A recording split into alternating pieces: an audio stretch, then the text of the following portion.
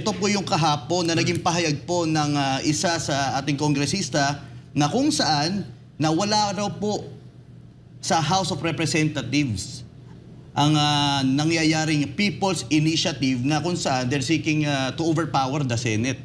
At No, hindi the daw po, speaker mismo, wala not daw just the po ang, House. wala daw po kinalaman ang speaker sa nangyayaring People's Initiative. Ano pong masasabi niyo dito, Senadora? Go ahead po, Senator. Parang speechless ako, nakaka-shock masyado. For a change, wala akong masabi. Kasi, alam naman natin lahat. Naku, hindi naman nagkulang ang video sa expose. Katutak na ang video, katutak ang retrato, katutak ang testigo. Lahat nagsasabi. Tinext tayong lahat ng Office of the Speaker, nag-aalok ng 20 million. Ang liwa-liwanag. Tapos yung mga nagpa-follow up, Office of the Speaker na naman nagpa-follow up. Pass your paper by January 12. Anong sekreto doon? Anong walang kinalaman yung Speaker? Sa bagay, nagbago na rin. Hindi na ngayon, lie low na daw yung mga kongresista, lie low na daw yung pinagsabihan mga city mayor. Ang nagpa-follow up ng pirma ngayon ay mga DPWH kontratista. Bira. Ano ba yan? Tuloy. Ano ba yan? Nagka-booking ngayon. Nako, talaga naman, ano ba yon? Para mag-pre-qualify ka, kailangan may 20,000 signatures ka. Ano yun? Tama. Lumabas ka yan, Senator Amy, and it's good that it's the information now is coming from you. Pero no less than the President. Itutuloy ko yun Opo. Yung investigasyon, itutuloy ko yun. Very good. Bahala na. Tama. Ang problema lang, sino magtestigo? Yung pangkaraniwan tao, media, lahat yan, mga video, kompleto tayo. Ang kaso, sino magsasalita ng taga-Congress? Yun ang problema ko. Kasi syempre, ang takot lang nila, masisiro ang distrito. Tama. Senator Amy, speaking of the People's Initiative, no less than your brother, the President Bongbong Marcos Jr., made a dialogue meeting with Senate President Zubiri, Speaker Martin Romualdez, Senator Ligarda, and Congressman Sandro Marcos, and ang kanyang presidential assistant na si Anton Lagdameo. And the Senate President revealed yesterday that no less than the President Marcos Jr. himself said, wag na yung People's Initiative, it divides the country, very divisive. Let the Senate take the lead role in proposing limited provisions changes to the Constitution. And because of that, lumalabas na pinirmahan na ang death sentence ng People's Initiative ng ating presidente ng bansa kung ating pakikinggan ang naging pahayag ng Senate President Mig Zubiri kahapon. Your reaction to this, Senator Amy Marcos? Tama naman. Talaga naman, yung PI na yan, PI nila, sa pangalan pa lang, dead on arrival na, no? Sinabi ko na yan mula sa pulis. Sabi ko, hindi po pwede yan. Kasi ayaw ni Bongbong. Sinabi na niya yan. Hindi pa siya Pangulo. Pinag-usapan na namin. O, yung sa Ligang Batas, paano ba yan?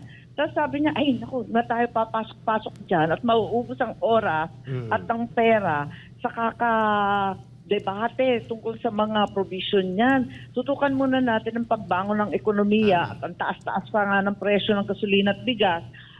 Hindi naman abala ang tao dyan, kundi maganap na maayos na trabaho at pagkain. Bakit naman yan ang papasukan natin? So I knew from the very beginning that he really did not think we should distract ourselves with the talk of the Constitution. When in fact, kung tutuusin, ang dapat manguna sa pagbabago ng konstitusyon, kami, ang pamilya ko. Kasi marami naman nagsasabi at makikita naman sa mga kasulatan na talagang maraming provision doon na mababasa bilang paghihiganti sa pamilya Marcos at sa napakahabang termino ng tatay ko. Kaya nag-ikli ang termino, naging 3 years na lamang. Tapos no re-election and so on and so forth. So kung tutuusin, kami dapat nangunan yan. Ang problema, hindi naman napapanahon. Hindi naman yan ang pinaka-importanteng bagay sa bawat pamilyang Pilipino sa panahon ngayon. Tama. Agree, clear. Wait, but Senator Amy, you're also saying na kailangan na ring baguhin. Am I correct? Did I understand? Oo naman, okay naman. Kaya nga, yung kapatid ko na mas tactful naman at mas mabait kesa sa akin. Ang pagkasabi lang, pag-aralan ang economic provision. Yun ang sinabi Aral niya. lang. Yeah. Pero kung kilala mo siya, alam mo na yun na, hoy, wag na muna ngayon, hello, Yun ganon. Gets Yeah. ko na yun. Agree. Kasi yung mga aral-aral na yan, yun ang sinabi niya, pag-aralan, wala namang masama doon. Ang akin, isa, sumunod tayo sa ating Pangulo. Ikalawa, yung economic provision, sa totoo lang, sa ilalim ni Presidente Duterte, 3 na ang nabago namin in accordance with law. Katulad ng sinasabi ng Constitution na hindi kinailangan ng napakagulo at divisive na PI nila at hindi kinailangan ng 14 billion pesos na Correct. lustayin.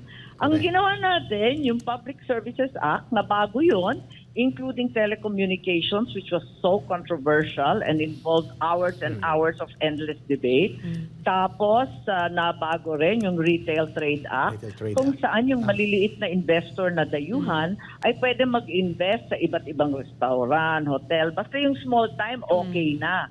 Tapos yung ikatlo, yung pinasok ko, yung Foreign Investment Act, na pinalawak yung mga sektor na pwedeng pasukan ng foreign investor. Ang tanong ko, pwede naman pala, hindi naman kinailangan na buwagin yung konstitusyon at Tama. magkagulo ang buong mundo.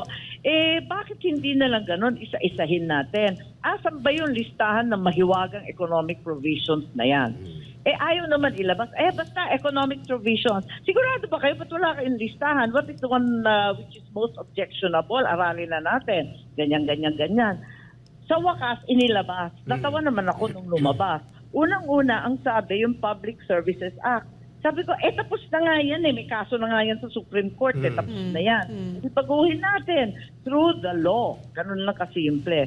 Ikalawa, edukasyon. Yes. Sabi ko, teka. Yung buong edukasyon ba hanggang sa elementary, papasukin ang mga foreigner? Sure kayo? Baka hindi na natin kilala mga anak natin, is burst na magsalita. Maloka tayo. Ayun. Correct. Tapos yung ikatlo, Media. advertising.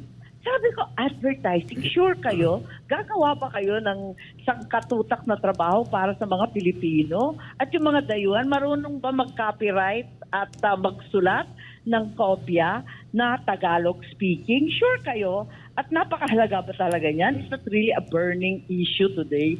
Kaya eto nga, pag-aaralan daw, pero sa umpisa pa lamang, medyo natatawa na rin ako.